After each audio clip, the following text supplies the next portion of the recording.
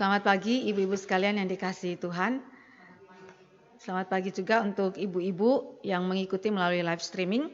Pada pagi hari ini kita akan memasuki subtema yang baru mengenai Nehemia, harapan ketika segala sesuatu itu tidak beres. Nah, sebelum kita memasuki akan pembahasan kita pada pagi hari ini, mari kita berdoa memohon anugerah Tuhan di dalam perenungan firman Tuhan. Bapa di dalam kerajaan surga, kami datang kepada Tuhan di pagi hari ini, mengucap syukur untuk kasih setia Tuhan yang besar di dalam hidup kami, yang telah memimpin kami hari lepas hari sampai dengan hari ini. Kami boleh kembali lagi belajar kebenaran firman Tuhan. Kami mohon kasih karunia Tuhan memimpin setiap kami, mengarahkan hati dan telinga kami untuk boleh sungguh-sungguh memahami kehendak Allah di dalam perenungan kami. Dan kami juga berdoa, biarlah roh Tuhan yang sama yang telah menggerakkan Nehemia untuk melakukan pekerjaan Tuhan. Roh Tuhan yang sama juga menggerakkan kami untuk boleh melayani Tuhan. Terima kasih Bapa di surga, kami serahkan waktu di depan di dalam perenungan firman-Mu, biarlah Engkau yang memimpinnya dari awal sampai akhir. Dalam nama Yesus Kristus Tuhan kami berdoa, amin. Baik ibu-ibu yang dikasihi oleh Tuhan Yesus Kristus, kita membaca dari Nehemia pasal yang ke-13. Nehemia pasal yang ke-13, ayat 1 sampai dengan ayat yang ke-31, tetapi kita tidak perlu membaca seluruh ayatnya. Saya akan membacakan beberapa ayatnya saja bagi kita. Nehemia 13 ayat 1 sampai dengan ayat yang ke-31, saya bacakan beberapa ayatnya. Pada masa itu bagian-bagian daripada kitab Musa dibacakan dengan didengar oleh rakyat. Didapati tertulis dalam kitab itu bahwa orang Amon dan orang Moab tidak boleh masuk jemaat Allah untuk selamanya. Karena mereka tidak menyongsong orang Israel dengan roti dan air, malah mengupah Bileam melawan orang Israel supaya dikutukinya. Tetapi Allah kami mengubah kutuk itu menjadi berkat. Ketika mereka mendengar pembacaan Taurat itu, mereka memisahkan semua peranakan dari orang Israel. Tetapi sebelum masa itu, Imam Eliasib yang diangkat untuk mengawasi bilik-bilik rumah Allah kami dan yang mempunyai hubungan erat dengan Tobia, menyediakan sebuah bilik besar bagi Tobia itu. Sebelumnya orang membawa ke bilik itu korban sajian, kemenyan, perkakas-perkakas dan persembahan persepuluhan daripada gandum, anggur, dan minyak yang menjadi hak orang-orang Lewi, para penyanyi dan para penunggu pintu gerbang, dan persembahan khusus bagi para imam. Kita lihat di dalam ayat yang ke-10. Juga kudapati bahwa sumbangan-sumbangan bagi orang-orang Lewi tidak pernah diberikan, sehingga orang-orang Lewi dan para penyanyi yang bertugas masing-masing lari ke ladangnya. Lalu di dalam ayat yang ke-13, sebagai pengawas-pengawas perbendaharaan kuangkat Imam Selemia dan Sadok, seorang ahli kitab, dan Pedaya, seorang Lewi, seorang Hanan bin Sakur bin Matanya, diperbantukan kepada mereka karena orang-orang itu dianggap setia. Mereka diserahi tugas untuk mengurus pembagian kepada saudara-saudara mereka. Lalu ayat yang ke-15, pada masa itu kulihat di Yehuda, orang-orang mengirik memeras anggur pada hari Sabat, pula orang-orang yang membawa berkas-berkas gandum dan memuatnya di atas keledai juga anggur, buah anggur dan buah ara dan pelbagai muatan yang mereka bawa ke Yerusalem pada hari Sabat. Aku memperingatkan mereka ketika mereka menjual bahan-bahan makanan. Lalu ayat yang ke-19, kalau sudah remang-remang di pintu-pintu gerbang Yerusalem menjelang hari Sabat, kusuruh tutup pintu-pintu dan kuperintahkan supaya jangan dibuka sampai lewat hari Sabat. Dan aku tempatkan beberapa orang dari anak buahku di pintu-pintu gerbang supaya tidak ada muatan yang masuk pada hari Sabat. Tetapi orang-orang yang berdagang dan berjualan rupa-rupa barang itu kemudian bermalam juga di luar tembok Yerusalem 1-2 kali. Lalu aku memperingatkan mereka, kataku, mengapa kamu bermalam di depan tembok? Kalau kamu berbuat itu sekali lagi akan kukenakan tanganku kepadamu. Sejak waktu itu mereka tidak datang lagi pada hari Sabat. Lalu ayat yang ke-24.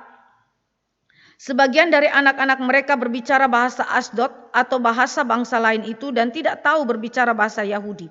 Aku menyesali mereka, kukutuki mereka, dan beberapa orang di antara mereka kupukuli dan kucabut rambutnya, dan kusuruh mereka bersumpah demi Allah demikian.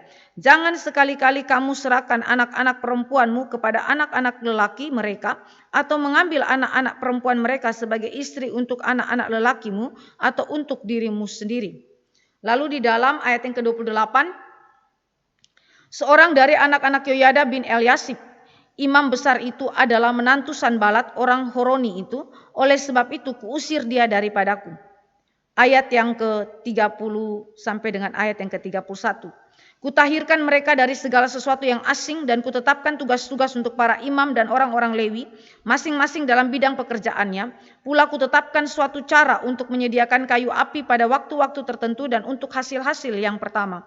Ya Allahku, ingatlah kepadaku demi kesejahteraanku. Demikian pembacaan firman Tuhan. Ibu-ibu yang dikasihi oleh Tuhan Yesus Kristus, kisah Nehemia adalah suatu kisah yang sangat terkenal mengenai dia itu meninggalkan pekerjaannya di tanah Babel atau di dalam kerajaan Persia dan kemudian dia datang ke Yerusalem untuk membangun tembok. Ya, tembok Yerusalem yang sudah runtuh itu. Maka hari ini kita akan melihat bagaimana Allah memberikan kegerakan, jiwa yang digerakkan oleh Roh Allah untuk kemudian berharap kepada Tuhan dan melakukan apa yang menjadi pekerjaan Allah untuk dituntaskan di Yerusalem. Nah, mari kita lihat sedikit mengenai latar belakang atau introduction Nehemia, pribadi Nehemia dan kitab ini. Saudara, kita melihat bahwa Nehemia itu budak elit di kerajaan Persia. Ya, dia hidup di dalam zaman kerajaan Persia, sudah terjadi pergantian dari kerajaan Babel ke dalam kerajaan Persia. Nehemia itu disebut sebagai budak elit. Kenapa? Karena dia bukan bekerja sebagai seorang pembesar, tetapi dia adalah budak yang memiliki jabatan yang penting. Dia bekerja sebagai juru minum Raja Artasasta I yang kira-kira memerintah pada tahun 465 sampai 424 atau 423 sebelum Masehi. Kita bisa lihat itu di dalam Nehemia pasal yang pertama, ayat yang pertama. Di situ dikatakan dengan jelas mengenai waktu di mana Nehemia itu hidup dan melayani. Riwayat Nehemia bin Hakalia pada bulan Kisle tahun ke-20 ketika aku ada di Puri Susan. Ya, Puri Susan adalah salah satu tempat kediaman daripada Raja Persia. Nah, kemudian nama Nehemia itu adalah berarti Yahweh menghibur. Nah, istilah Yahweh menghibur ini berkaitan dengan tugas Yeremia. Yeremia diutus Allah untuk menghibur umatnya di tengah-tengah keadaan yang terhempaskan, yang tidak memiliki perlindungan, yang dimana mereka dihina karena di suatu tempat jika tidak ada tembok kota, maka kehidupan mereka adalah kehidupan yang tak terlindungi. Kehidupan mereka adalah kehidupan yang terhina. Itu sebabnya maka ketika Allah mengutus Nehemia dengan nama Nehemia saja, kita melihat bahwa tugas Nehemia adalah menghibur umat Allah, menunjukkan bagaimana karya Allah yang kemudian menolong umat Allah dan memulihkan kehidupan umat Allah melalui pendirian kembali tembok di Yerusalem. Nah, lalu kemudian Nehemia itu dinobatkan sebagai gubernur di Yerusalem, ya. Gubernur di Yerusalem, kira-kira dia itu melayani di Yerusalem sekitar 12 tahun. Mulai tahun 445 sampai dengan 433 sebelum Masehi. Kita juga bisa baca itu di dalam Nehemia 2 ayat 1 dan kemudian ayat 7 sampai dengan ayat yang ke-8. Nah, ibu-ibu yang dikasihi oleh Tuhan Yesus Kristus, bagaimanakah kondisi yang dihadapi oleh Nehemia itu kita lihat sedikit di dalam kitab Nehemia, ya. Tujuan dan tema daripada kitab Nehemia ini, apa yang Tuhan mau ungkapkan di dalam kitab Nehemia melalui profil ataupun kehidupan dan karya daripada Nehemia di Yerusalem. Yang pertama, kitab Nehemia melanjutkan sejarah bangsa Yahudi yang pulang dari pengasingan di Babel. Itu berarti kisah Nehemia terjadi di dalam kurun waktu pasca pembuangan. Jadi ini bukanlah situasi di dalam situasi monarki, tetapi ini adalah pasca pembuangan. Dan ini sudah memasuki kira-kira 1 abad setelah kedatangan daripada Zerubabel. Zerubabel itu datang kira-kira 1 abad sebelum Nehemia itu datang ke Yerusalem. Jadi ada perbedaan waktu kira-kira 100 tahun antara Nehemia dan Zerubabel. Jadi waktu saudara membaca mengenai kisah Zerubabel yang mendirikan kembali bait suci yang kedua dan kemudian pendirian kembali tembok di Yerusalem oleh Nehemia, ingat itu ada perbedaan waktu sekitar 100 tahun atau 1 abad. Dan yang kedua, kita bisa lihat bahwa kitab Nehemia itu menunjukkan prinsip ora et labora. Berdoa dan bekerja yang dilakukan Nehemia dengan setia. Kita mulai lihat itu di dalam pasal 1. Nehemia mulai berdoa ketika dia menemukan ada persoalan yang harus diselesaikan di Yerusalem. Dan kemudian setelah dia berdoa, dia bertindak. Dia bertindak untuk meminta kepada raja, sekalipun itu menjadi sesuatu yang sangat sukar untuk dia lakukan. Karena dia memiliki posisi yang begitu penting sehingga kemungkinan besar ketika dia meminta kepada raja, raja bisa menilainya ini sebagai sesuatu ketidaksetiaan kepada raja. Tetapi Nehemia belajar untuk berdoa dan bekerja. Di dalam pelayanan dia ketika mendirikan tembok di Yerusalem pun dia melakukan hal ini. Dia melayani Tuhan tetapi dengan berdoa dan bekerja. Berdoa dan bekerja. Kita lihat sebentar di dalam pasal yang keempat ayat 4 sampai ke 6. Ketika terjadinya pertentangan dari pihak Tobia dan juga orang-orang Samaria. Kita bisa lihat di situ. Nehemia pasal 4 ayat 4 sampai 6. Ya Allah kami, dengarlah bagaimana kami dihina. Balikanlah cercaan mereka menimpa kepala mereka sendiri dan serahkanlah mereka menjadi jarahan di tanah tempat tawanan. Jangan kau tutupi kesalahan mereka dan dosa mereka, jangan kau hapus dari hadapanmu, karena mereka menyakiti hatimu dengan sikap mereka terhadap orang-orang yang sedang membangun. Tetapi kami terus membangun tembok sampai setengah tinggi dan sampai ujung-ujungnya bertemu, karena seluruh bangsa bekerja dengan segenap hati. Mereka mendengarkan ancaman, olok-olokan dari pihak Samaria, tetapi apa yang mereka lakukan? Mereka berdoa. Setelah mereka berdoa, apa yang mereka lakukan selanjutnya? Di dalam ayat-ayat selanjutnya kita menemukan di situ bahwa Nehemia memerintahkan orang-orang Israel untuk bekerja sambil memegang senjata. Kita lihat di dalam misalnya ayat 13 sampai dengan ayat yang ke-14 daripada pasal 4. Ayat 13, maka aku tempatkan rakyat menurut kaum keluarganya dengan pedang, tombak, dan panah di bagian-bagian yang paling rendah dari tempat itu, di belakang tembok, di tempat-tempat yang terbuka. Kuamati semuanya lalu bangun berdiri dan berkata kepada para pemuka dan para penguasa dan kepada orang-orang yang lain. Jangan kamu takut terhadap mereka, ingatlah kepada Tuhan yang maha besar dan dahsyat, dan berperanglah untuk saudara-saudaramu, untuk anak-anak lelaki dan anak-anak perempuanmu, untuk istrimu dan rumahmu. Jadi kalau kita memperhatikan kalimat daripada Nehemia, Nehemia sangat memperjuangkan pekerjaan Tuhan, tetapi bukan dengan cara yang salah. Dia melakukannya dengan cara yang begitu baik, dengan cara yang seimbang, berdoa dan bekerja, berdoa dan bekerja. Lalu Nehemia itu melayani bersama Ezra. Melayani bersama Ezra. Kita bisa lihat itu di dalam Nehemia pasal 8 ayat 2, 9 sampai yang ke-10. Mereka berdua sama-sama melayani Allah tetapi di dalam bidang yang berbeda. Kalau kita lihat Ezra itu melayani sebagai imam dan dia mengadakan kebangunan rohani serta menegakkan hukum Taurat di dalam kehidupan bangsa Yahudi yang pulang dari pembuangan. Ezra melayani sebagai imam di rumah Allah, membuat kebangunan rohani dengan menegakkan firman Allah di dalam rumah Tuhan. Jadi Israel yang tadinya tidak berfokus kepada firman Allah, melalui kedatangan Ezra, Allah menegakkan fokus mereka kembali kepada bait suci, terutama kepada firman Allah.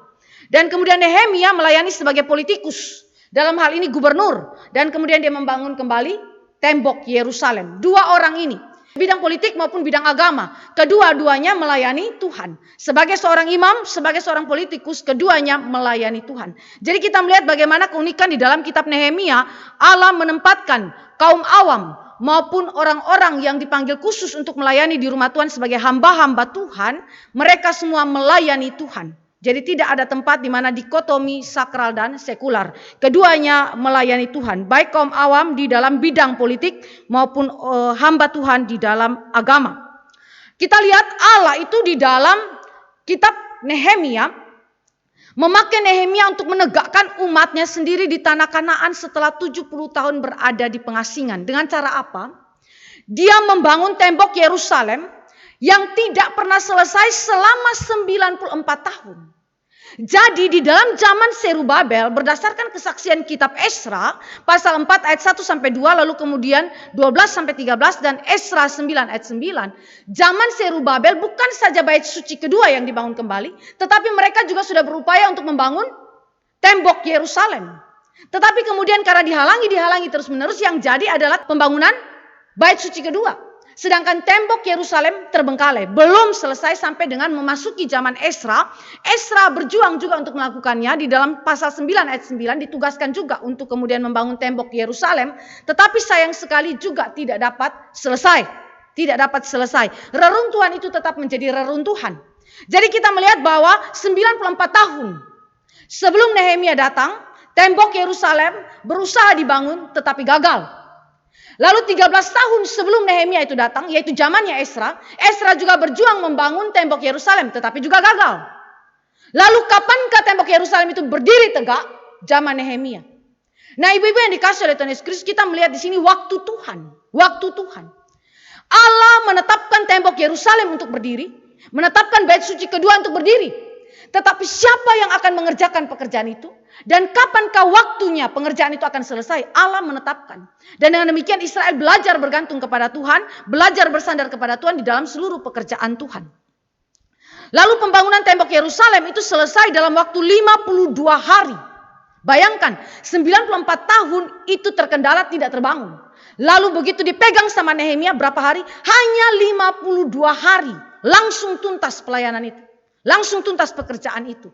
Jadi Tuhan memakai Nehemia dengan begitu luar biasa di dalam menegakkan umat Israel, menegakkan martabat umat Israel setelah pulang daripada pengasingan. Dan kemudian melalui Nehemia juga terjadi reformasi covenant. Dan kemudian ada rededikasi umat Israel terhadap covenant Allah. Yang tadinya menyimpang kemudian dikembalikan. Melalui Esra tetapi juga melalui Nehemia sebagai pemimpin politik.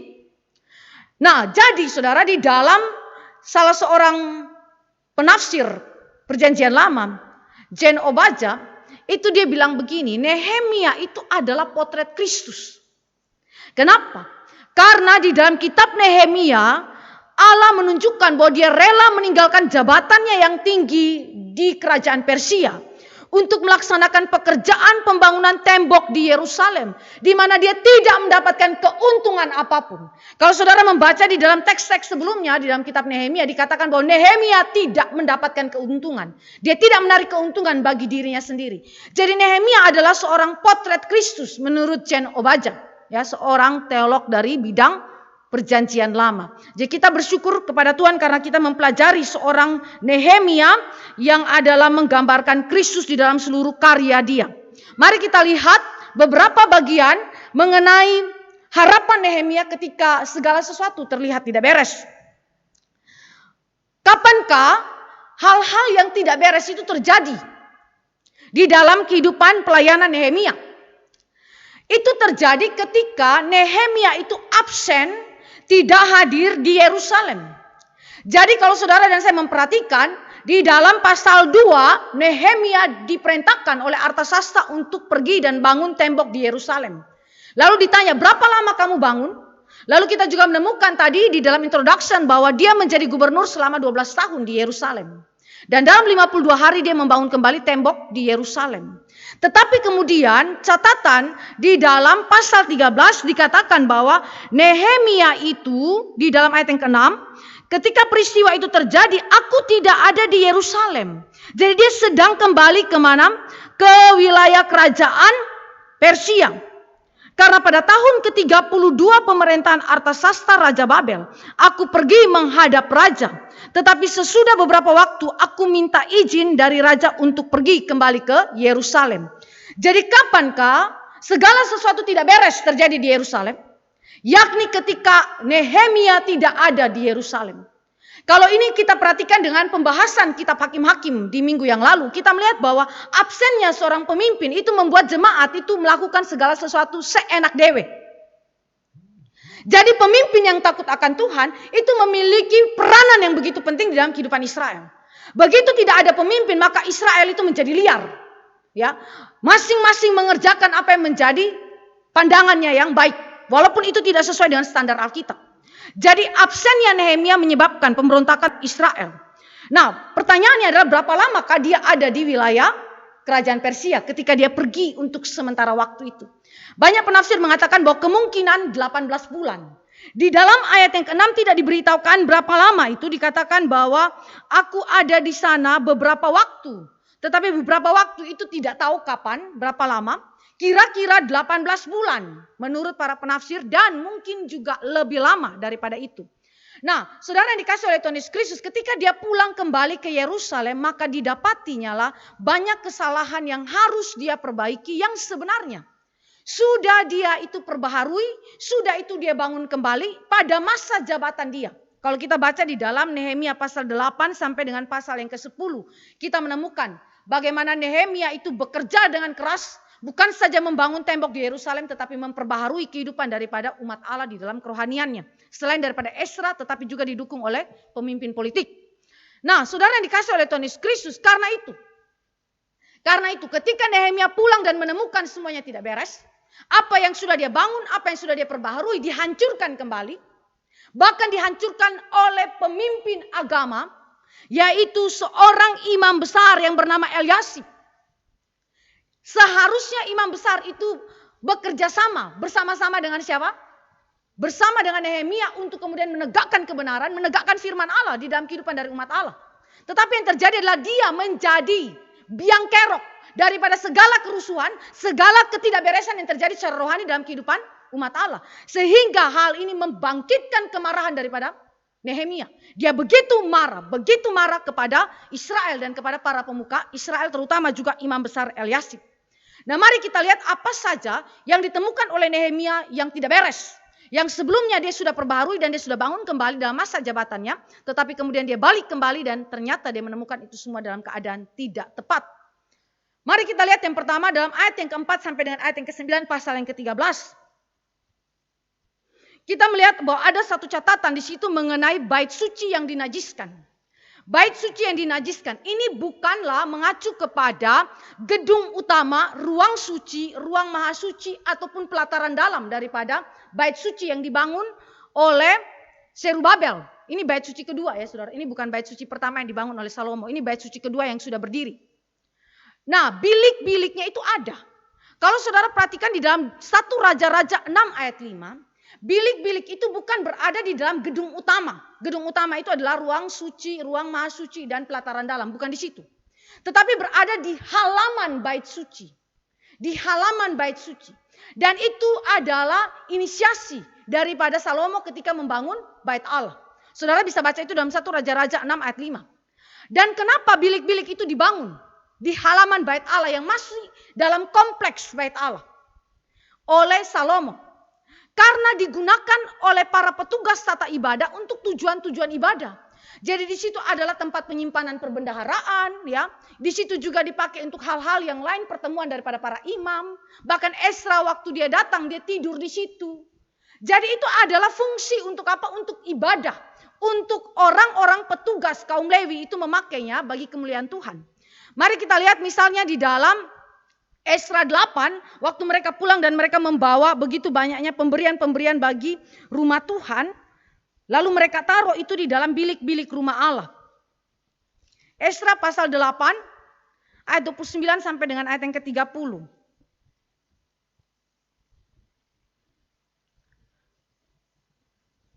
Rawatlah dan jagalah itu sampai kamu dapat menimbangnya di depan para pemuka imam serta orang-orang Lewi dan para pemimpin kaum keluarga orang Israel di Yerusalem di dalam bilik-bilik rumah Tuhan. Lalu para imam dan orang-orang Lewi menerima perak dan emas dan perlengkapan-perlengkapan yang telah ditimbang itu untuk dibawa ke Yerusalem ke rumah Allah kami. Ditaruh di mana? Bukan di gedung utamanya tetapi ditaruh di dalam bilik-bilik tersebut. Jadi sekali lagi bilik-bilik itu dibangun pertama kali oleh Salomo dan kemudian bertujuan untuk dipakai oleh para petugas dalam hal ini kaum Lewi dan juga para imam untuk ibadah. Yang kedua kita lihat di dalam teks ini pasal 13 ayat 4 sampai ayat yang ke-9 ternyata salah satu bilik itu diberikan kepada Tobia menjadi ruang privatnya, ruang pribadinya. Kita tahu bahwa Tobia adalah orang Amon dan dia adalah orang yang menentang Nehemia dengan begitu jelas. Pasal 2 ayat 10, ayat 19, pasal 4 ayat 1 sampai ayat yang ke-7 dan pasal 6 ayat 1 sampai 19. Dia adalah orang Amon yang menentang Nehemia dan pembangunan tembok Yerusalem.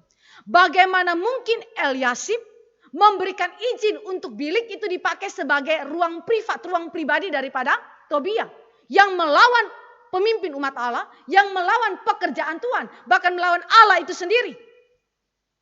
Jadi di sini kita melihat bahwa Nehemia itu begitu marah kepada Elyasib, marah kepada segala ketetapan, segala apa yang dia kerjakan di rumah Tuhan. Karena itu ketika Nehemia datang, Nehemia kemudian mentahirkan kembali ruangan itu dan kemudian memakainya sebagaimana fungsi yang seharusnya. Jadi sekali lagi penajisan terhadap bait suci atau terhadap bilik-bilik Tuhan ini bisa saja terjadi saudara di dalam kehidupan kita bergereja. Kita menggunakan ruangan-ruangan bait Allah dengan cara yang tidak benar. Waktu saudara dan saya mendirikan bait Allah, mendirikan gereja Tuhan, kita mendirikan bagi kemuliaan Tuhan bukan? Dengan cara mendirikan yang benar sebagaimana yang dilakukan oleh Nehemia, ora et labora. Dia tidak mendirikan itu dengan kekuatannya sendiri. Tetapi dia mendirikan dengan ora et labora bagi kemuliaan Tuhan.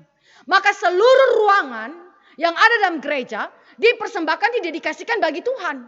Dan dipergunakan oleh setiap hamba-hamba Tuhan dan para penata layan dengan benar. Tapi saudara, fakta yang terjadi, ini terjadi dan saya juga menemukannya sendiri. Ada ruang di dalam gereja yang bukan ruang ibadah utama, yang dipersembahkan bagi Tuhan, dipakai untuk perbuatan mesum. Dan bukankah itu juga terjadi dalam kehidupan orang Israel? Makanya Tuhan buang mereka keluar dari Yerusalem. Terjadi perbuatan-perbuatan mesum di bilik-bilik daripada rumah Allah. Dan itu bukan saja terjadi pada zaman daripada orang Israel, tetapi juga terjadi zaman sekarang. Ada orang yang begitu berani melakukan hal-hal yang jahat di dalam rumah Allah. Bahkan seorang imam besar, seorang pemimpin gereja Tuhan, berani memanfaatkan hal-hal yang rohani yang dipersembahkan bagi Tuhan untuk apa? Untuk kenajisan. Termasuk bekerja sama dengan lawan, musuh daripada umat Allah untuk apa? Untuk kepentingannya sendiri. Di dalam catatan pasal 13 ayat 4. Di situ dikatakan bahwa kenapa Eliasib itu membiarkan atau mengizinkan Tobia mempunyai ruang pribadi di salah satu bilik itu, karena apa? Karena dia memiliki kedekatan relasi dengan Tobia. Nepotisme. Nepotisme yang tidak pada tempatnya. Kenapa? Karena dia mengkompromikan imannya. Saudara yang dikasih oleh Tuhan Yesus Kristus, pemimpin rohani mengarahkan apa yang rohani untuk sesuatu yang tidak benar dan tidak memuliakan Tuhan. Dan ini menyebabkan kemarahan bagi Nehemia. Kedua, kita lihat apa yang ditemukan oleh Nehemia ketika dia pulang dari Persia atau dari kerajaan Persia. Di situ dikatakan ayat 10 sampai ayat yang ke-14. Pemeliharaan bagi kehidupan orang Lewi diabaikan. Kita lihat di dalam ayat yang ke-10.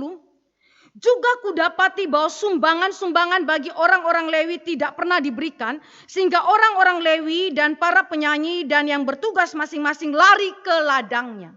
Lari ke ladangnya. Kalau kita perhatikan di dalam teks ini, persepuluhan itu diberikan kepada orang Lewi.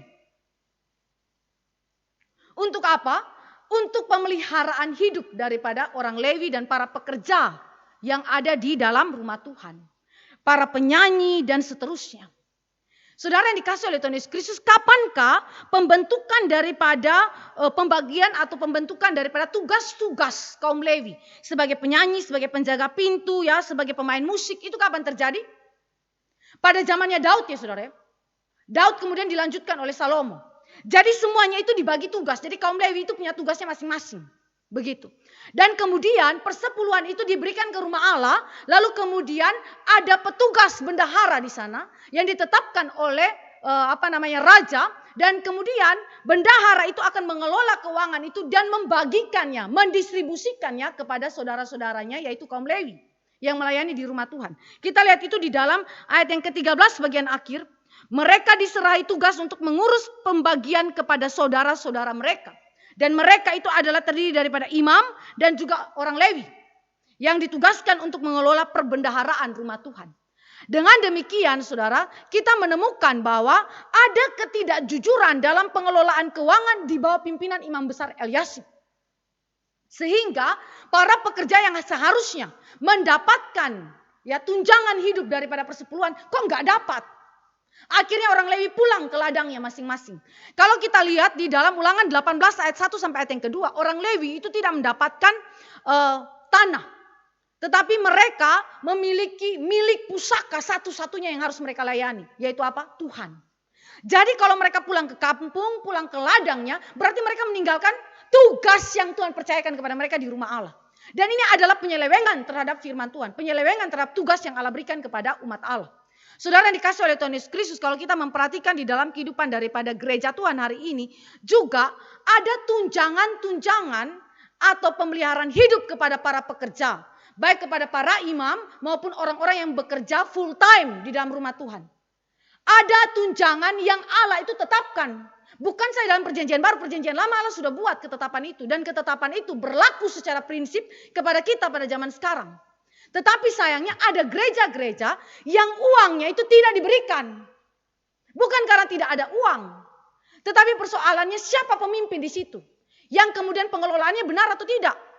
Kalau pengelolaannya tidak benar, maka yang terjadi adalah para pemimpin umat Allah, hamba-hamba Tuhan tidak mendapatkan keuangan yang seharusnya bagi mereka. Dan juga para pekerja full time dalam gereja tidak mendapatkan yang seharusnya.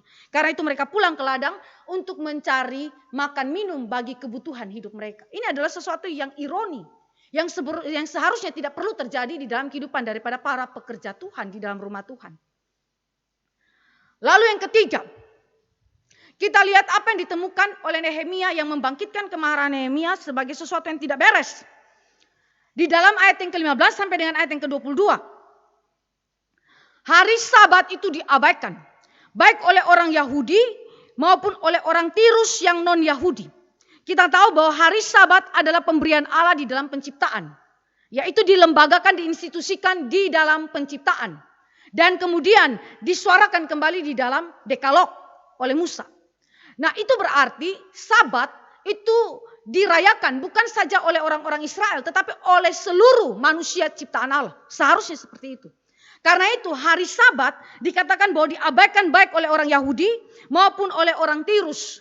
Kalau kita lihat apa yang mereka abaikan dalam aspek perdagangan. Kita tahu bahwa orang Yahudi itu orang yang kuat dalam perdagangan, saudara. Karena dari kecil mereka sudah diajarkan ilmu berdagang. Ya, ini adalah keahlian daripada orang Yahudi. Tetapi sayangnya mereka menggunakan perdagangan itu pada waktu yang tidak tepat. Pada hari yang tidak tepat, yaitu hari Sabat. Di dalam ayat 15 dikatakan bahwa mereka mempersiapkan jualan pada hari Sabat.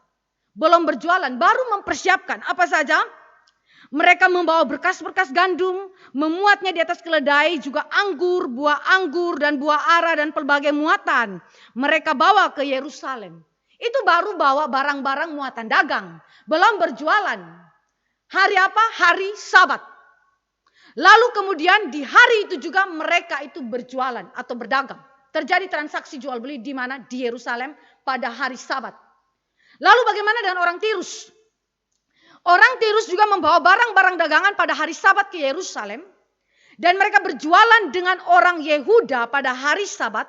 Bahkan setelah dilarang oleh Nehemia, mereka masih bermalam di luar tembok Yerusalem 1-2 kali dengan segala muatan atau barang dagangannya.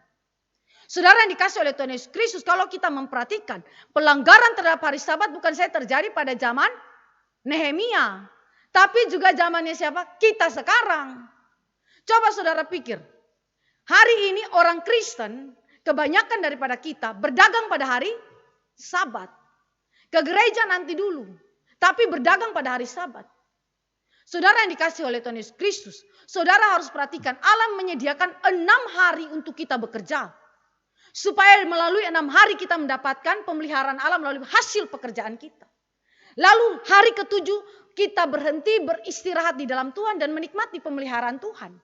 Biasanya dia akan kasih double di dalam 6 hari itu untuk apa? Untuk mempersiapkan kita pada hari ke-7 ketika kita tidak bekerja. Semua hasil itu Tuhan pakai untuk pelihara kita di hari ke-7. Sehingga kita tidak bekerja pun kita hidup. Kita bisa makan dan minum. Tapi seringkali yang terjadi adalah orang Kristen. Tidak usah bicara orang Tirus atau non-Kristen. Orang Kristen saja berdagang di mana? Di hari Sabat. Dan bahkan omsetnya itu lebih banyak di mana? Di hari Sabat. Karena itu mereka tidak mau kehilangan omset itu. Tidak mau kehilangan daripada keuntungan mereka. Maka buka dagangan pada hari Sabat. Saudara mungkin mereka bilang begini. Gak apa-apa lah kita pergi ibadah hari Sabat pagi hari. Lalu sorenya kita ngapain? Buka dagangan. Atau sebaliknya. Atau kita sewa orang yang non-Kristen. Jaga toko kita. Lalu kita pergi ibadah. Masalahnya itu toko tetap buka. Omset tetap saudara dapatkan di dalam hari Sabat. Apakah kita dapat berkomitmen untuk tidak sama sekali di hari Sabat itu berdagang? Ya, ini adalah sesuatu hal yang sebenarnya teguran yang bukan terjadi kepada orang-orang yang hidup pada zaman Nehemia. Tapi bagi kita juga hari ini yang lebih memprioritaskan pekerjaan daripada Allah itu sendiri. Memprioritaskan pekerjaan daripada Allah itu sendiri. Dan saudara yang dikasih oleh Tuhan Yesus Kristus, ternyata kenapa itu bisa terjadi di Yerusalem? Alkitab menunjukkan bahwa para pemuka atau bangsawan Yudea memberikan izin terhadap pelanggaran hari Sabat. Jadi ayat 17 di situ dikatakan bahwa Nehemia menyesali. Nehemia begitu kesal ya. Kita perhatikan juga kalimat daripada Nehemia sebelumnya. Dia kesal, dia kecewa, dia menyesali apa yang dilakukan oleh para pemuka Israel. para pemuka Yehuda yang seharusnya menegakkan firman Allah, tetapi justru membiarkan itu terjadi. Membiarkan itu terjadi. Saudara mungkin berpikir mungkin kalau di dalam pandemi ya kita bisa berkompromi lah untuk kemudian hari Sabat itu kita membuka dagangan. Karena banyak orang akan membeli pada waktu itu. Tapi saudara harus perhatikan ketika saudara melakukan itu pertanyaannya siapa pelihara hidup saudara? Barang dagangan, hasil dagangan, uang itu kah atau Tuhan? Tuhan yang pelihara kita. Jadi siapa pelihara siapa? Ketika saudara melakukan pelanggaran terhadap hari Sabat. Perhatikan baik-baik saudara sedang mengkompromikan iman kita kepada Allah kita dengan hal-hal yang sedemikian. Keempat, yang ditemukan oleh Nehemia yang tidak beres. Kita lihat di situ apa yang terjadi. Perkawinan campur ditegakkan kembali yang mana mereka sudah kemudian berkomitmen di dalam pasal-pasal sebelumnya bahwa mereka tidak kemudian kawin campur. Tetapi kemudian di dalam waktu Nehemia itu absen, mereka kembali kawin campur. Kita lihat di situ dalam Esra 9 ayat yang kedua, kawin campur ini sekali lagi saya mau tegaskan bahwa ini bukan urusan rasisme. Ini bukan rasisme, Allah kita bukan Allah yang rasis. Kenapa? Karena Allah kita yang menciptakan suku-suku bangsa di dunia ini dan yang memiliki rancangan keselamatan bagi suku-suku bangsa di dunia ini. Maka ini bukanlah suatu perintah untuk kemudian mengungkapkan spirit rasisme, bukan. Tetapi Esra 9 ayat 2 menerangkan kepada kita. Karena mereka telah mengambil istri dari antara anak perempuan orang-orang itu untuk diri sendiri dan untuk anak-anak mereka sehingga bercampurlah benih yang kudus dengan penduduk negeri, bahkan para pemuka dan penguasa lah yang lebih dahulu melakukan perbuatan tidak setia itu. Jadi keterangan daripada Esra memberitahukan kepada kita bahwa identitas umat Allah itu menjadi prioritas sehingga tidak boleh bercampur dengan benih yang tidak kudus. Identitas umat Allah berbicara mengenai apa? Benih yang kudus. Benih yang mana Allah itu berkati, Allah ikat perjanjian dengannya melalui Abraham, Ishak dan Yakub untuk nantinya menurunkan Sang Mesias yaitu Yesus Kristus juru selamat kita. Maka benih kudus itu tidak boleh bercampur dengan orang kafir yang tidak kenal Allah. Kalau saudara yang dikasih oleh Tuhan Yesus Kristus perhatikan, ketika Allah itu memurnikan umat Allah, Allah tidak kemudian selamanya menceraikan orang Israel yang kawin dengan perempuan atau laki-laki non-Israel. Tetapi bagi perempuan atau laki-laki non-Israel yang mau percaya kepada Allah Yahweh, Allah Israel, dan mau sungguh-sungguh setia berkomitmen kepada firman-Nya, mereka boleh masuk ke dalam komunitas umat Israel. Contoh Rut, orang Moab. Padahal di dalam hukum Taurat Musa orang Moab tidak boleh masuk di dalam komunitas umat Israel. Tapi kok bisa masuk? Karena apa? Karena dia punya iman yang sama. Iman yang sama berarti apa? Satu komunitas umat Allah. Walaupun dia beda bangsa. Jadi itu berarti identitas umat Allah bukan ditentukan oleh rasnya. Tapi ditentukan oleh apa? Imannya kepada Allah atau tidak. Kalau imannya kepada Allah walaupun beda ras, boleh sama-sama menjadi komunitas umat Allah. Jadi tidak selamanya diceraikan. Diceraikan dan diusir itu apabila tidak terjadi kesatuan iman. Mereka harus pergi keluar daripada komunitas umat Allah. Nah jadi sekali lagi tidak boleh terjadi perkawinan campur. Ini terkait dengan identitas umat Allah. Benih yang kudus yang tidak boleh dikompromikan.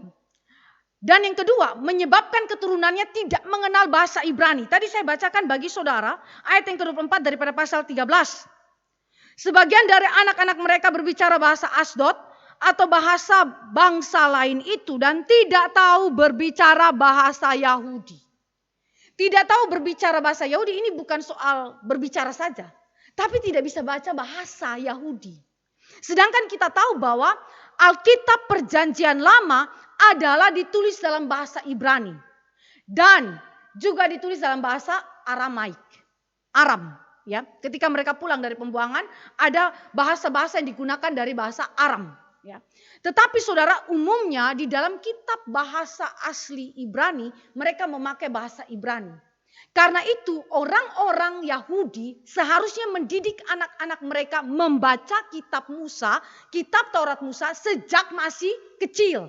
Orang tua yang mulai membacakannya sampai dengan waktu di mana anak itu sudah bisa membaca lalu anak itu baca sendiri. Baca sendiri, dalami sendiri. Ya, berdasarkan bimbingan daripada orang tua dan juga para imam. Nah, Masalahnya kalau mereka tidak bisa berbicara bahasa Yahudi, implikasinya bukan saja berbicara, tetapi mereka tidak bisa baca bahasa Yahudi. Berarti mereka tidak bisa baca bahasa Alkitab dan tidak bisa mengerti ajaran hukum Allah. Lalu bagaimana mereka berjalan dalam iman yang benar? Ini yang disesalkan oleh Nehemia. Kamu didik apa anak-anakmu? Sampai kok bahasa asli Alkitab pun mereka tidak bisa baca, mereka tidak bisa mengerti. Lalu bagaimana mereka bisa memahami ajaran yang benar? Pasti hidup mereka adalah hidup yang menyeleweng dari firman Allah. Nehemia begitu marah. Nehemia begitu marah. Saudara perhatikan dia marah. Ini bagian akhir catatannya, dia begitu marah. Bukan saja urusan kawin campur, tetapi sampai anak keturunan pun tidak kenal firman. Dia begitu amat marah sampai apa? Dia pukuli, lalu dia cabut rambut orang itu. Saudara, ini kemarahan yang sungguh-sungguh yang diungkapkan. Saudara, nanti kita lihat bagaimana gairah dia di dalam menangani persoalan itu. Ya. Begitu marah Nehemia. Kalau kita pikir gak tahu baca Alkitab pun gak apa-apa lah ya. Gak ada masalah, itu kan masih ada orang tua yang membacakan bagi dia. Bagi firman Tuhan, bagi Allah dan bagi Nehemia sendiri, itu masalah besar. Masalah besar. Karena iman itu bergantung kepada pengenalan akan firman Allah. Pertumbuhan iman sejati bergantung kepada pengenalan akan firman Allah. Bagaimana mungkin keturunanmu tidak kenal firman? Maka 4 hal ini menjadikan Nehemia begitu murka dan marah kepada umat Israel. Dan sayangnya yang memulainya bukan umat Israel tetapi para pemuka Israel. Tadi catatan daripada Ezra. Siapa yang buka aliran air keberdosaan itu?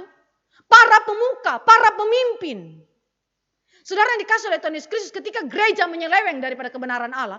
Ketika praktik-praktik keagamaan yang sejati berdasarkan firman Allah terjadi penyelewengan di sana. Jangan cepat-cepat salahkan jemaat. Jemaat lihat siapa. Bisa saja itu karena pemimpinnya yang tidak beres. Di mana-mana ada pemimpin yang beres, umatnya akan dipimpin untuk melakukan apa yang benar. Sebagaimana Nehemia, sebagaimana Serubabel, sebagaimana Ezra. Tetapi kalau pemimpinnya tidak beres, pemimpinnya itu tidak takut akan Allah, mengkompromikan imannya, tidak belajar firman Allah, maka terjadi penyelewengan mulai daripada pemimpin sampai kepada seluruh jemaat yang mengikutinya. Jadi ini adalah sesuatu yang begitu membuat marah Nehemia, kenapa hal sedemikian terjadi. Tetapi sekali lagi, Nehemia tidak kehilangan harapan. Cara kerja Nehemia adalah bergantung total kepada Allah. Ora et labora. Dan ketika dia menangani ini semua, dia menanganinya di dalam konsep kerja yang sama, yaitu ora et labora. Dia mengandalkan Tuhan. Mari kita lihat bagaimana Allah menyatakan kasih karunia Allah kepada umatnya. Dan merupakan pengharapan baik bagi Nehemia maupun umat Allah. Bahwa Allah memulihkan umatnya yang sudah hidup di dalam dosa itu ketika Nehemia tidak bersama dengan mereka. Apa itu tanda kasih karunia Allah bagi umatnya?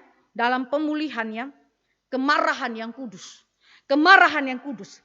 Saudara yang dikasih oleh Tuhan Yesus Kristus, saya kutip kalimat daripada J.I. Packer mengenai pelayanan Nehemia. Dia berkata begini, pelayanan Nehemia di sini ditandai oleh semburan kemarahan. Semburan kemarahan. Ia sama sekali tidak terkesan sebagai bapak peramah. Bapak yang sopan. Ia seorang manusia yang cepat bertindak, bukan tipe orang yang omong besar, tetapi seorang yang bergairah besar. Bahkan seorang agen perubahan yang tidak segan bertindak kasar, berjuang sekuat tenaga untuk membereskan hal-hal yang ia coba perbaiki. Jadi ini adalah karakteristik daripada kepemimpinan Nehemia, yang tentu saudara juga harus berhati-hati, jangan sampai saudara memakai ini untuk melegalitaskan ya kepemimpinan saudara yang kasar, ya, kepemimpinan saudara yang marah-marah dan lain-lain. Tidak begitu ya saudara ya. Tetapi saudara harus perhatikan apakah yang dimaksudkan dengan kemarahan yang kudus yang ada dalam jiwa daripada Nehemia ketika dia berhadapan dengan 4 kesalahan besar daripada Israel dan juga para pemuka Israel. Kita lihat kemarahan yang kudus adalah wujud dari gairah yang kudus bagi kemuliaan Allah. Jadi kemarahan yang kudus itu tidak boleh disamakan dengan emosi yang tidak berkenan kepada Tuhan. Tapi ini adalah afeksi yang kudus, gairah yang kudus bagi kemuliaan Allah. Kita baca salah satu contohnya di dalam Mazmur 69 ayat 10a.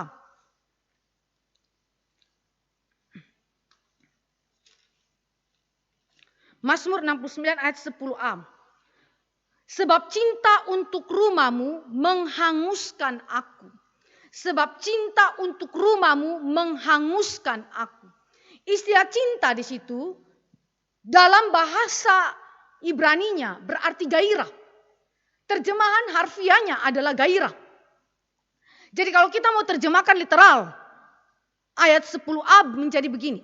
Sebab gairah untuk rumahmu menghabiskan aku. Kata menghanguskan itu dalam bahasa Ibraninya juga berarti menghabiskan. Jadi kalau kita pakai bahasa asli Ibrani diterjemahkan menjadi sebab gairah untuk rumahmu menghabiskan aku. Menghabiskan aku. Nah, J.C. Ryle ya, seorang yang sangat-sangat baik di dalam tulisannya mengenai kekudusan hidup. Dia memberikan kepada kita definisi apa itu gairah. Mari kita lihat J.C. Ryle bilang apa.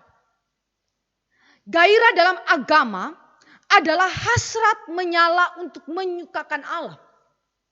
Melakukan kehendaknya dan memajukan kemuliaannya dalam dunia ini dengan segala cara yang mungkin. Ia, yaitu gairah, adalah suatu keinginan yang tidak dirasakan oleh seorang manusia pun karena sifat alami. Jadi ini bukan hasil karakter alamiah kita. Melainkan yang Roh Allah taruh dalam hati semua orang beriman ketika ia bertobat. Tetapi yang orang beriman rasakan jauh lebih kuat daripada orang lain sehingga mereka layak disebut orang-orang bergairah. Jadi mereka memiliki suatu gairah yang bukan dari natur alamiah mereka dan sedemikian kuat gairah itu dalam diri mereka menggerakkan, mendorong mereka untuk mengerjakannya.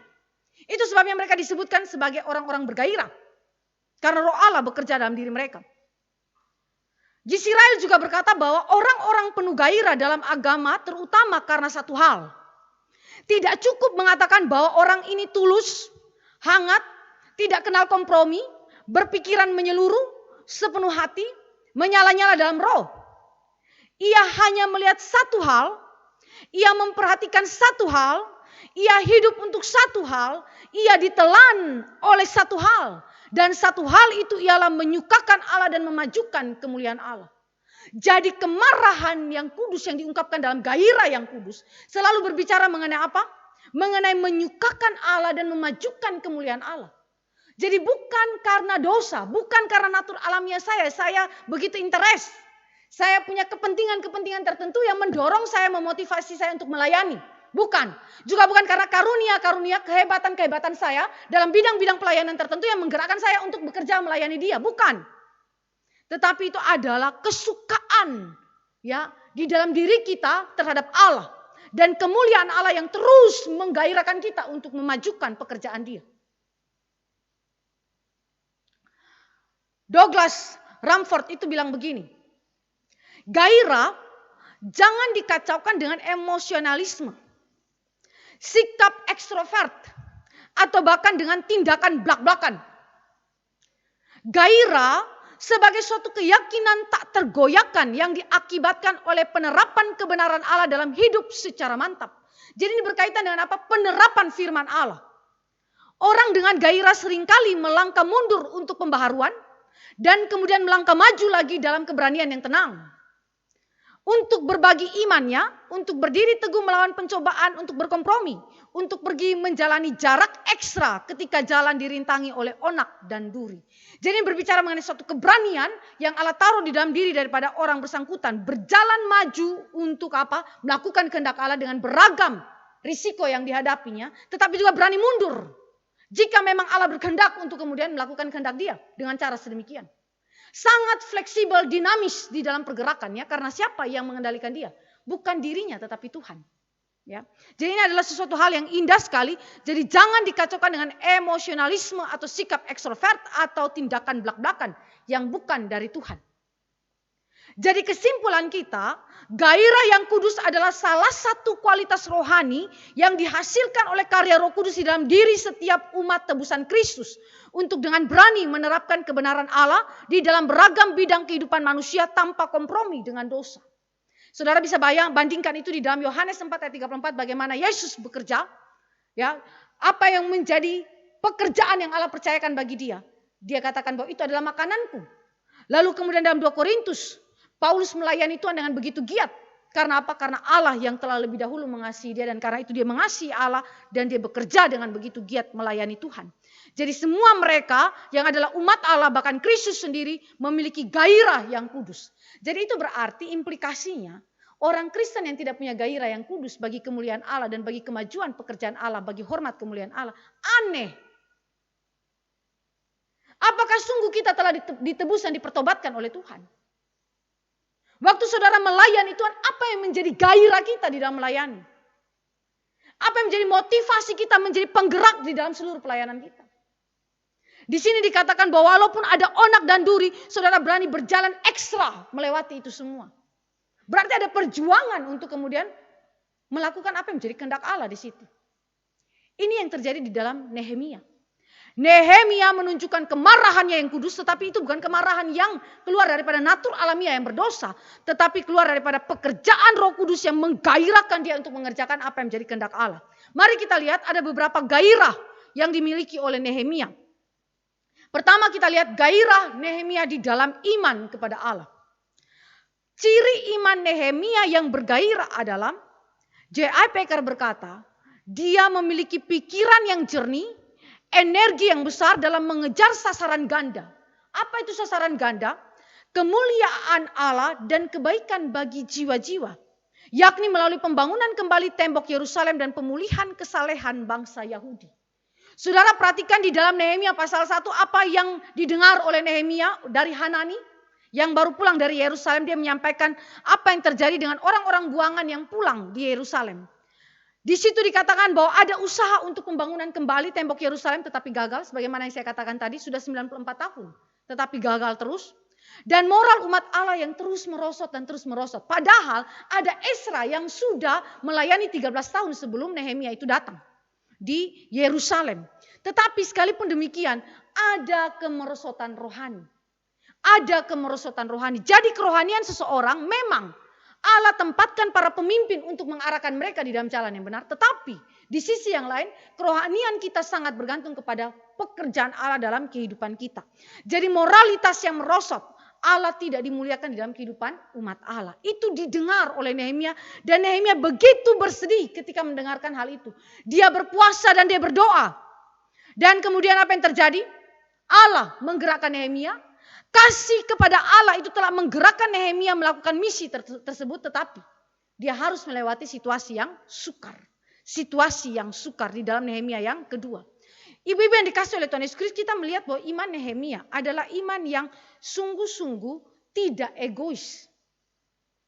Ketika dia mendengar kabar yang terjadi kepada umat Allah di Yerusalem, dia tidak pikir jabatan dia itu begitu tinggi. Uang yang dia dapat itu begitu banyak. Kenyamanan yang dia miliki di kerajaan Persia. Sudah settle hidup dia. Tapi Nehemia pikir apa? Bagaimana umat Allah di sana? Bagaimana rumah Tuhan yang sudah didirikan di sana? Bagaimana puing-puing tembok Yerusalem yang belum berdiri itu? Bagaimana keadaan itu? Dia memikirkan pekerjaan Tuhan. Dan siapa yang menggairahkan dia untuk itu semua kalau bukan Tuhan? Itu sebabnya dikatakan bahwa Nehemia memiliki gairah di dalam iman. Karena apa? Karena iman dia Allah memakainya untuk kemudian menjadi alat di tangan Tuhan menggenapi rancangan Tuhan. Jadi ini bukan sekali lagi karena kehebatan Nehemia tentunya, tetapi Allah memakai setiap umat pilihan Allah yang telah ditebusnya oleh pekerjaan Kristus dan oleh karya internal Roh Kudus untuk melakukan apa yang menjadi kehendak Allah. Dan dia bergairah untuk itu. Dia bergairah untuk itu. Kedua, kita melihat Nehemia. Dia sudah membuang segala apa yang menjadi kenikmatan dunia ini.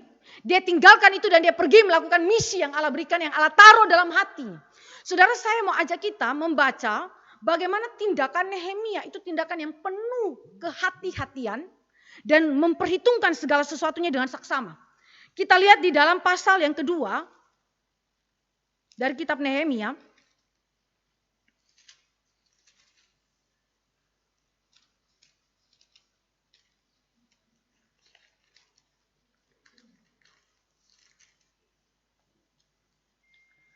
Ayat yang ke-11 sampai ayat yang ke-12.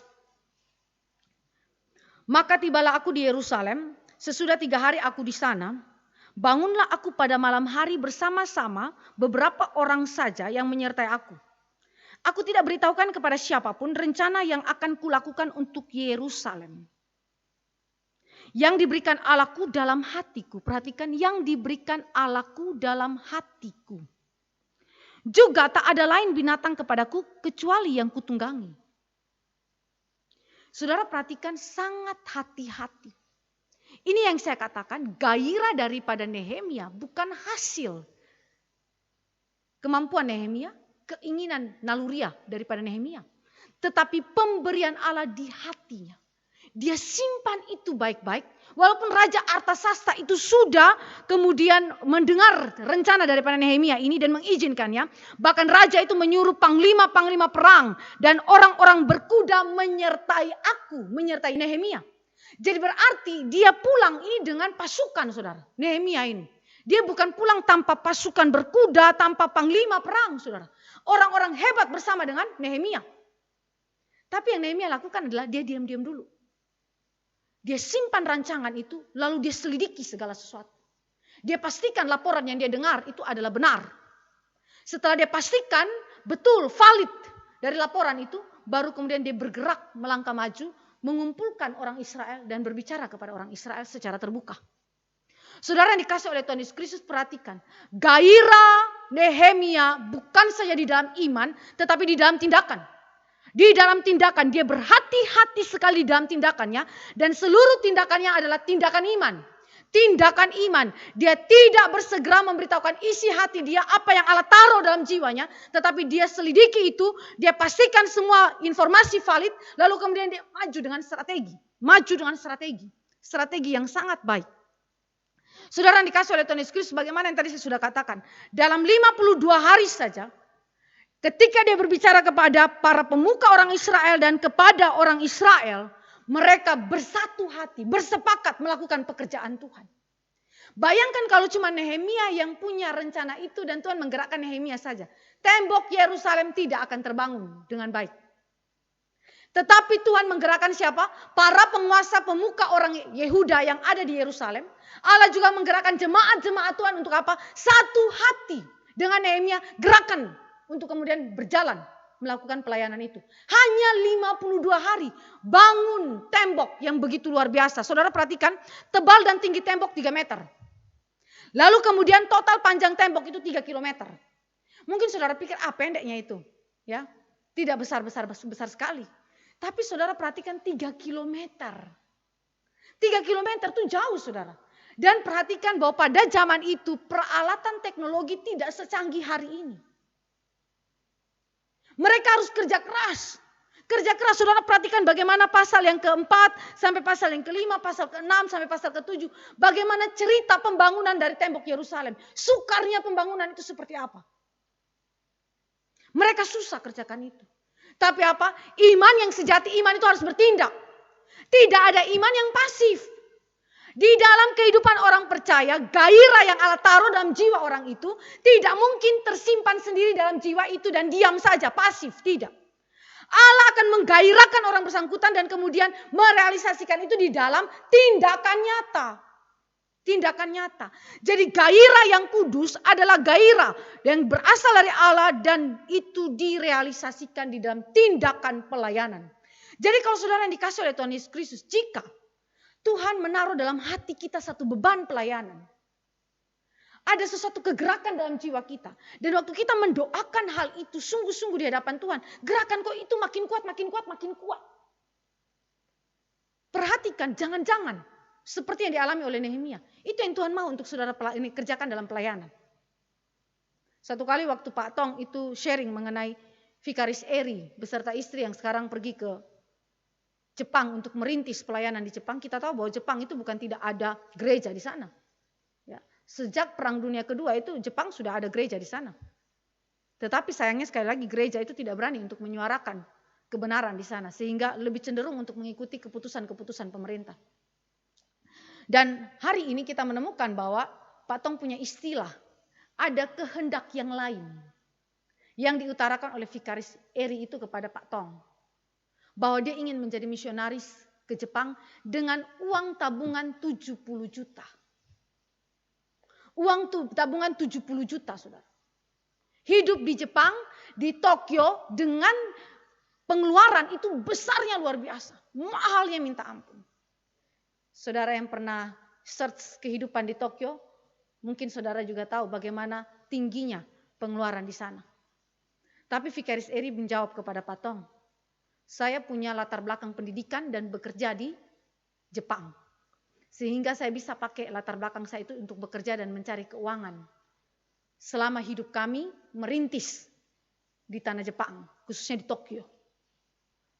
Patong tuh waktu dengar itu, Patong tuh pikir anak muda ini bagaimana kasih hidup istri dan anak-anak di sana. Perjuangan hanya dengan uang 70 juta.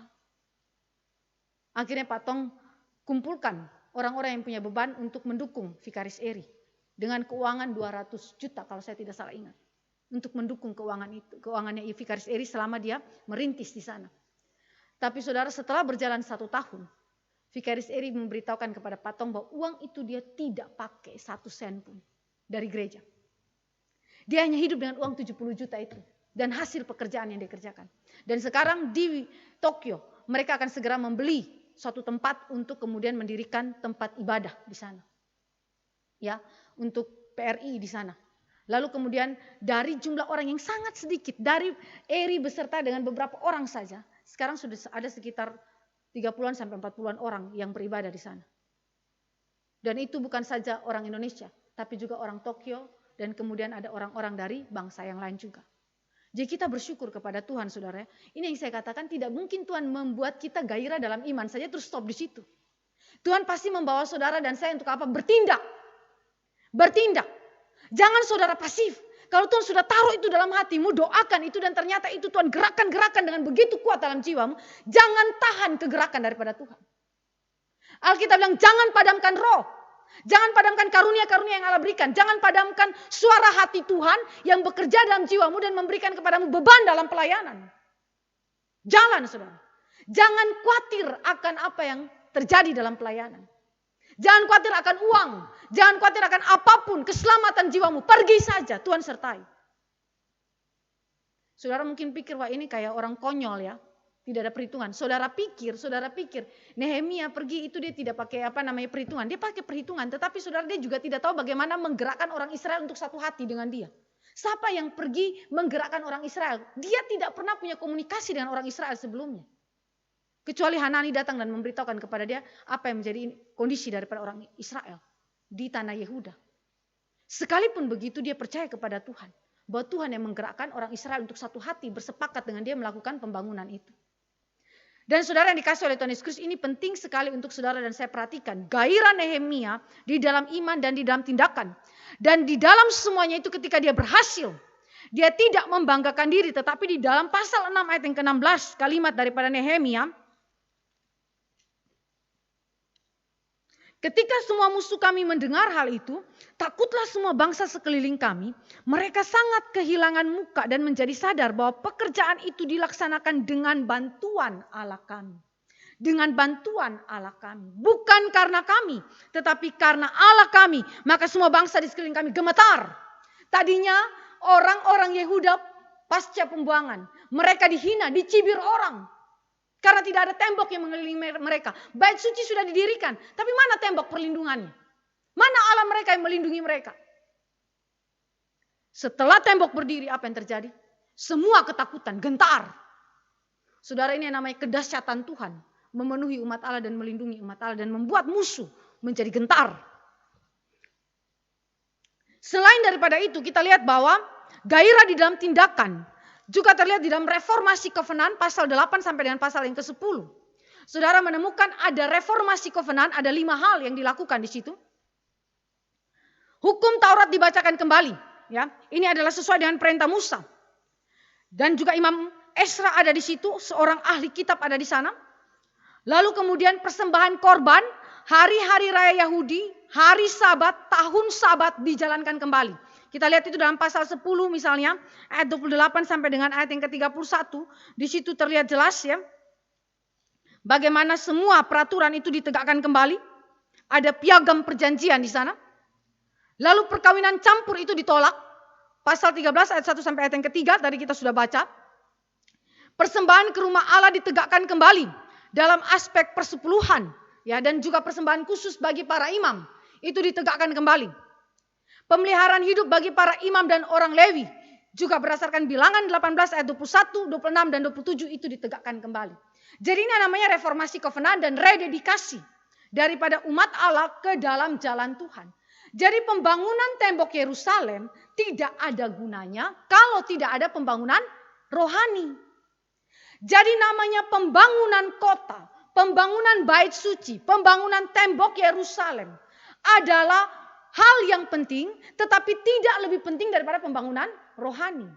Jadi itu sebabnya misalnya kalau MRI Depok mendirikan renovasi gedung, atau bahkan nanti kita ke depan dalam IMB dan selanjutnya dalam pembangunan hari esok secara permanen.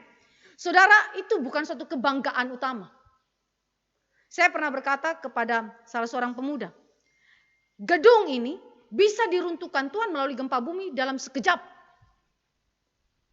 Tetapi iman orang percaya itu menjadi solid oleh karena apa? Pekerjaan Tuhan. Kalau solid oleh pekerjaan Tuhan di tengah-tengah keadaan yang sukar sekalipun, saudara dikuatkan Tuhan untuk melewatinya. Itu lebih penting. Jadi seharusnya pembangunan gedung, pembangunan tembok berjalan bersama-sama dengan pembangunan rohani umat Allah. Dan itu yang terjadi dalam kepemimpinan Nehemia maupun Esra maupun Zerubabel.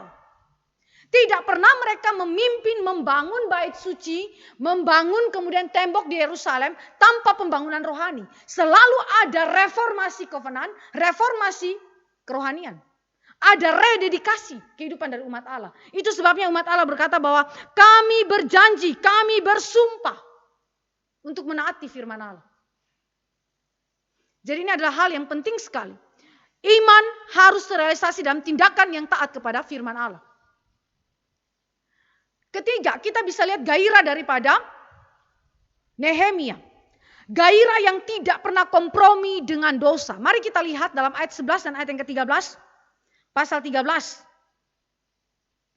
Di situ dikatakan, aku menyesali para penguasa, kataku, mengapa rumah Allah dibiarkan begitu saja? Lalu kukumpulkan orang-orang Lewi itu dan kukembalikan pada tempatnya. Dia mengembalikan fungsi orang Lewi di bait Allah dan menempatkan para pengawas bendahara yang jujur dan setia. Ayat 13.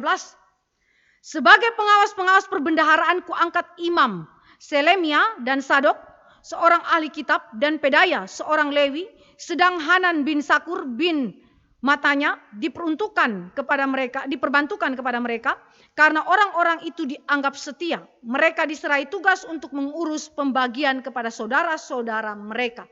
Jadi saudara yang dikasih oleh Tuhan Yesus Kristus mengembalikan fungsi kerja dari kaum Lewi dan juga pengawas bendahara di rumah Tuhan. Saudara yang dikasih oleh Tuhan Yesus Kristus, sejak dalam perjanjian lama dan perjanjian baru, urusan uang itu masalah yang Tuhan perhatikan juga. Urusan perbendaharaan rumah Allah, Allah perhatikan.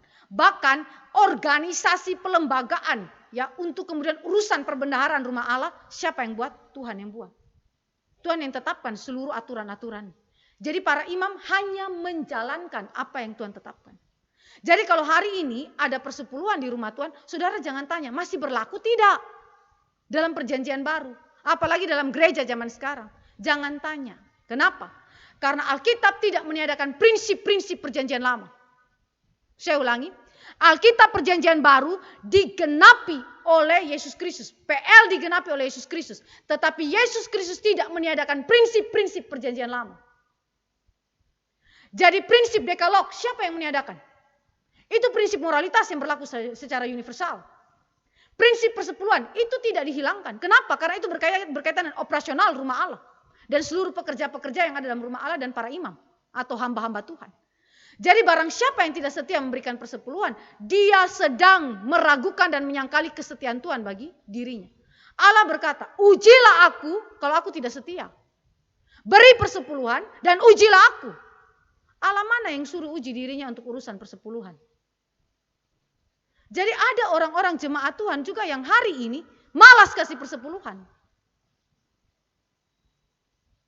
Saudara jangan pikir begini, saya hidup hanya satu hari Ibu Grace. Saya cari pekerjaan, bekerja hari ini, saya makan hari ini, habis itu sudah selesai. Saudara Tuhan kasih uang, 1.000 perak pun itu adalah pemberian Tuhan. Saya ingat ibu daripada Pak Tong. Amatiran bekerja sebagai penjahit. Hasil jahitan sangat sedikit. Uangnya sangat sedikit. Sangat sedikit, miskin minta ampun. Saudara tahu Pak Tong bersaudara makan bubur. Bubur satu panci bagi semua. Kurang miskin apa Pak Tong itu? Tapi sekalipun demikian Pak Tong bersaksi. Ibunya yang miskin itu, setiap kali gak ada duit, dia berdoa masuk kamar, dia bilang, Tuhan Bapa di sorga, berikan aku uang. Dia berdoa kepada Bapa di sorga. Dan itu dilihat oleh anak-anaknya. Sang ibu ketika tidak ada uang, dia berdoa. Karena jahitan pasti kan bergantung orang datang minta jahit atau tidak, bukan? Tapi sekalipun demikian, orang tua Pak Tong itu memberikan persembahan kepada Tuhan. Bahkan dikatakan bahwa dia sudah mati pun. Ada orang yang bawa kembali uang. Karena apa? Dia mengatakan, waktu mamamu masih hidup saya berhutang kepada mamamu. Orang miskin, pendapatannya tidak stabil, tapi kok bisa kasih pinjam uang ke orang? Siapa lebih kaya siapa? Jadi saudara, kemiskinan tidak boleh seharusnya membuat engkau dan saya terhambat melayani Tuhan, terutama dalam persepuluhan. Ya. Jadi ini adalah sesuatu hal yang penting untuk kita pelajari. Jadi gairah dalam iman tidak boleh tiadakan dengan gairah di dalam tindakan. Dan gairah itu berkaitan dengan tidak kompromi dengan dosa. Tidak kompromi dengan apapun. Berdoa agar Allah menguatkan kita. Memberanikan kita menjalankan apa yang menjadi kehendak Dia dan tidak kompromi dengan dosa. Mengembalikan peraturan persembahan persepuluhan untuk tunjangan hidup orang Lewi. Sebagaimana tadi saya sudah katakan. Menegur para pemuka Yehuda serta melarang seluruh pekerjaan dan perdagangan di hari Sabat. Bahkan mengancam dengan tindakan keras jika hari Sabat dilanggar. Saudara, ini bukan kemudian dengan cara otoriter ya, kejam ya, bukan begitu saudara ya. Tetapi mengajar kita untuk sekali lagi melihat pemeliharaan Allah bagi hidup kita. Ketika kita tidak bekerja, ketika kita tidak kemudian melakukan aktivitas-aktivitas kita di dalam 6 hari itu, pada hari Sabat kita melihat pemeliharaan Allah. Jadi itu sebabnya dia kemudian katakan dengan begitu keras dalam ayat yang ke-21. Mengapa kamu bermalam di depan tembok? Kalau kamu berbuat itu sekali lagi, akan kukenakan tanganku kepadamu. Waduh, kata kukenakan tanganku kepadamu, ini bukan kata biasa. Ini kata keras dari seorang politikus. Seorang pejabat, saudara. Dia bicara, kalau satu kali lagi kamu datang, kena tangan saya sama kamu. Waduh, itu berarti kalimatnya kasar, saudara. Keras sekali. Kata-kata sedemikian, saudara, itu bukan kata-kata ancaman biasa. Tetapi itu adalah berbicara mengenai otoritas untuk menegakkan suatu peraturan. Begitu juga di dalam otoritas yang ditegakkan oleh Nehemia. Dia menjalankan peraturan ibadah dengan benar. Ya, pekerjaan-pekerjaan yang dilakukan dalam 6 hari sebaiknya dihentikan pada hari Sabat untuk kita boleh menikmati ibadah bersama Tuhan. Lalu mengembalikan hukum yang melarang perkawinan campur, bahkan menindak dengan keras beberapa orang Israel yang melawan. Ini yang saya katakan tadi.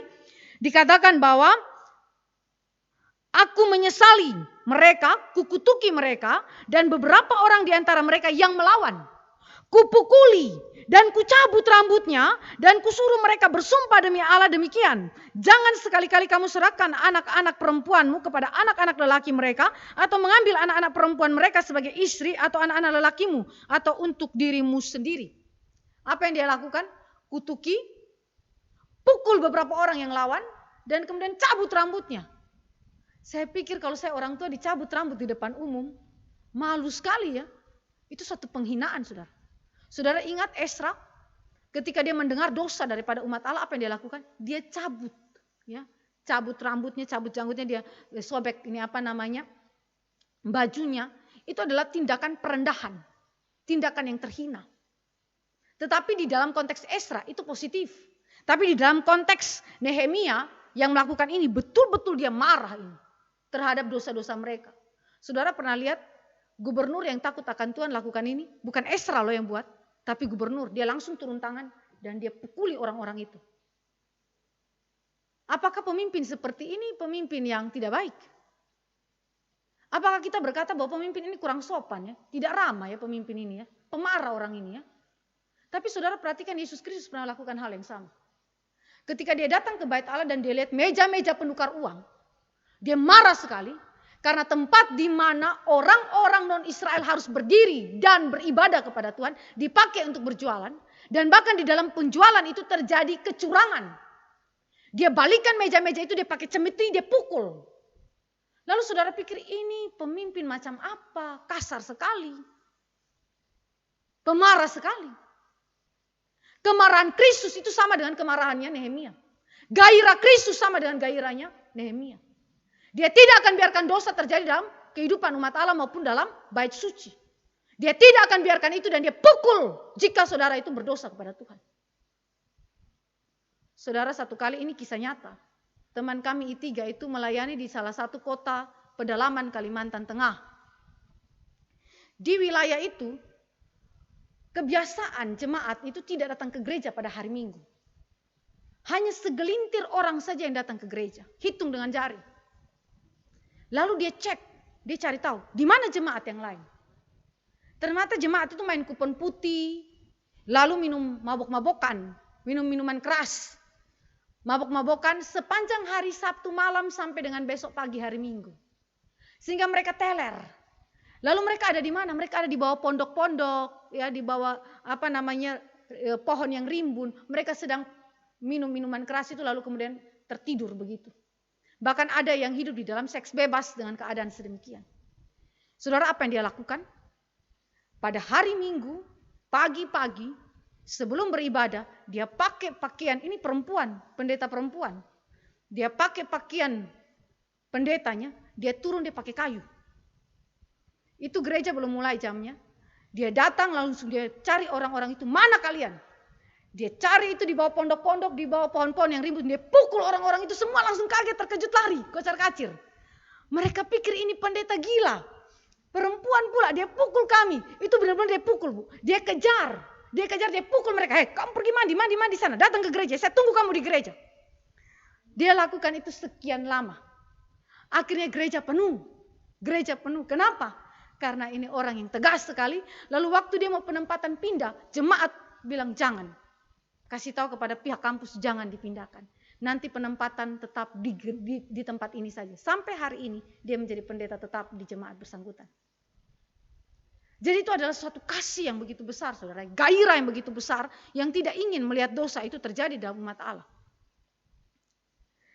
Mengembalikan hukum yang melarang perkawinan campur, ya, kemudian menindak dengan keras dan mengusir imam besar yang menjadi biang kerok, pemimpin yang membawa umat Allah itu berdosa. Kenapa? Karena Eliasib, imam besar itu ternyata adalah menantu Sanbalat.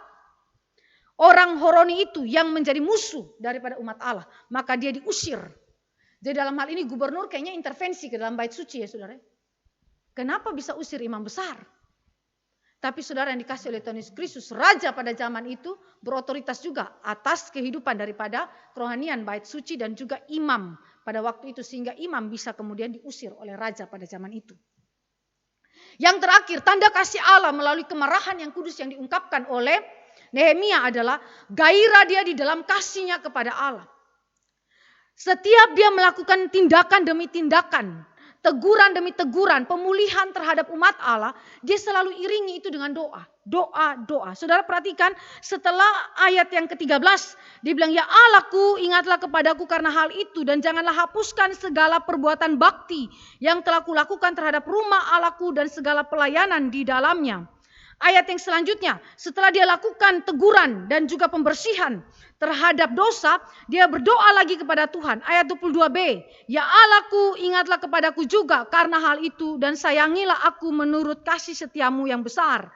Lalu setelah dia bersihkan bait suci dengan mengusir Eliasib, dia juga berdoa kepada Tuhan. Ayat yang ke-29, dan setelah dirangkumkan seluruh pekerjaan pentahiran yang dilakukan oleh gubernur Nehemia ini bagi pelayanan Tuhan bait suci dan umat Allah, maka dia berkata, ya Allahku ingatlah kepadaku demi kesejahteraanku. Selalu diselipkan dengan doa ya, berseling-selingan. Dengan mengatakan demikian, maka Nehemia menunjukkan bahwa dia selalu berdoa di dalam gerakan pelayanannya. Tidak pernah dia membuang doa dari kehidupannya. Saudara perhatikan, setiap tokoh besar Alkitab yang dipakai Tuhan di dalam pelayanan-pelayanannya tidak pernah lepas dari doa. Doa menjadi kekuatan bagi mereka untuk mengerjakan seluruh gerakan pelayanan yang ada. Bahkan para reformator dan juga tokoh-tokoh dalam gereja, sejarah gereja bersaksi bahwa mereka yang dipakai Tuhan dalam pelayanan tidak pernah tidak berdoa. Bahkan gairah itu Allah seringkali berikan di dalam doa-doa kita. Sedang kita masih berdoa, sedang kita berpikir dalam hati kita untuk berdoa, Allah menaruh gairah itu dalam jiwa kita. Maka sekali lagi gairah di dalam kasih kepada Allah tidak pernah lepas daripada doa. Pengandalan yang total kepada Allah dalam segala yang dikerjakannya. Kita tahu persis dia seorang yang hebat di dalam rancangannya, dalam strategi dia pembangunannya. Tetapi sekali lagi tidak pernah dia mengandalkan dirinya sendiri. Selalu dia mengandalkan Tuhan dan itu terbukti di dalam doa-doa daripada Nehemia. Dia juga mengakui akan kemuliaan Allah dalam segenap keberhasilannya. Tadi saya katakan bahwa tidak dia curi kemuliaan Allah di situ. Setiap kali dia berhasil, dia mengatakan bahwa itu karena pertolongan Tuhan. Dan tembok itu ketika ditabiskan, dia katakan bahwa itu karena pertolongan Tuhan saja. Dan kemarahan dia terhadap dosa, bukti bahwa dia adalah bergairah kepada Allah. Kasih Allah, kemuliaan Allah begitu menguasai dia, sehingga dia tidak dapat menahan kemarahannya terhadap dosa. Dan kasih yang sama merindukan dan bertindak untuk memulihkan kehidupan rohani umat Allah. Kasih itu begitu bergelora sehingga dia tidak akan membiarkan sesamanya orang percaya untuk jatuh dalam dosa. Sedapat mungkin dia berusaha untuk menolong mereka dan mengangkat mereka dari kejatuhan. Kasih yang tidak egois. Kasih yang memikirkan orang lain. Kasih yang memikirkan kemuliaan Allah dan bukan diri sendiri. Dengan demikian saudara dan saya melihat bahwa gairah yang kudus adalah gairah bagi kemuliaan Allah, datang dari Allah dan bagi kemuliaan Allah saja. Dan gairah itu akan selalu memikirkan Allah dimuliakan dan umat Allah dipulihkan di dalam kehidupan kerohaniannya. Kiranya firman Tuhan hari ini membuat saudara dan saya juga memiliki pengharapan ketika melihat gereja kita mungkin tidak beres. Keluarga kita mungkin tidak beres, bahkan diri kita juga tidak beres. Tetapi kita melihat ada satu gairah yang Allah kerjakan dalam diri pemimpin seperti Nehemia untuk memulihkan kehidupan umat Allah daripada segala ketidakberesan yang terjadi. Mari kita berdoa, memohon anugerah Tuhan dan bersyukur untuk firman Tuhan yang sudah diberitakan. Bapa di surga, kami datang kepada Tuhan bersyukur untuk kasih karunia Allah yang telah memberikan kepada kami pengertian firman Allah yang hidup. Berikanlah kepada kami iman sejati untuk kemudian mengerti firman ini tetapi juga melakukannya. Sebagaimana Engkau telah menggerakkan Nehemia bergairah di tengah-tengah ketidakberesan rohani yang terjadi dalam kehidupan umat-Mu. Biarlah Engkau juga bekerja di dalam diri kami, di dalam hati kami untuk boleh menaruh apa yang menjadi kehendak Allah dan menggerakkan kami melakukannya di dalam kehidupan kami. Sehingga nama Tuhan dipermuliakan, diri kami dikuduskan dan jemaat Tuhan pun diberkati melalui kehadiran kami. Terima kasih Bapa di sorga, di dalam nama Yesus Kristus Tuhan kami berdoa dan menaikkan syukur. Amin.